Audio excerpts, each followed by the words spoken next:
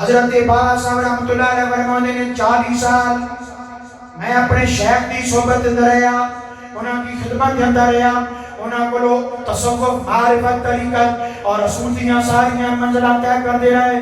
جنہوں میرے شیخ کامل آخری وقت ہے، آخری زمانہ گزر رہا ہے، حضرت شیخ کامل دی بینائی کمزور ہے اور بڑھاپا کافی غالب آ گیا.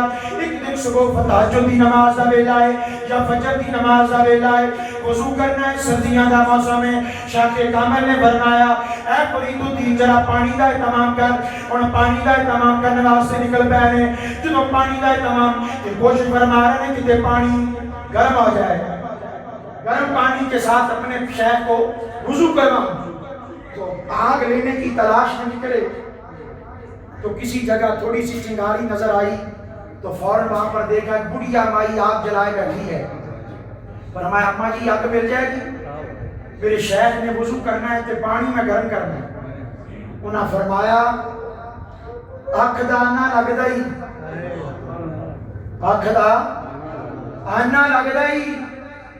مائی جیمے گل کی تھی تے آپ نے ماری انگل تے اکھ دا آنا کڑ کے باہر کیا. فرمایا رکھے آگے، وہ تو ڈر گئی، پھر معافی منگی. اکھ دا آنا بھی واپس ایک ہاتھ جناب آنا پڑیا تے لے کے تے آ گئے، پانی گرم کیتا، سارا کچھ کر کے وضو کرواؤن لگے تے مڑ کے ہاتھ اپنا ایتھے رکھے آپ نے.